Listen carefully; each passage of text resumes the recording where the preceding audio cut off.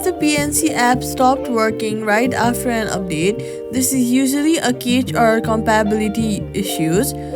Start by closing the app completely. Swipe up from the bottom of your screen, look for PNC app and then swipe it away.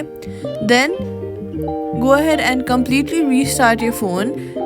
This alone fixes many post-update bugs. After rebooting, reopen the app and test it. If issues continue, an Android user should clear the cache app, not the data. iPhone users can offload the app from storage settings. Open settings, go to general, then go to iPhone storage. After that, scroll down and find the PNC app and then offload it. Then this will keep your account intact. If that does not work, you can go ahead and also delete the app. After deleting it, to reinstall, head over to your app store, search for PNC mobile banking and then reinstall it.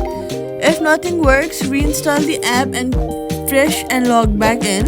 Most update related issues disappear after a clean install, and that's it.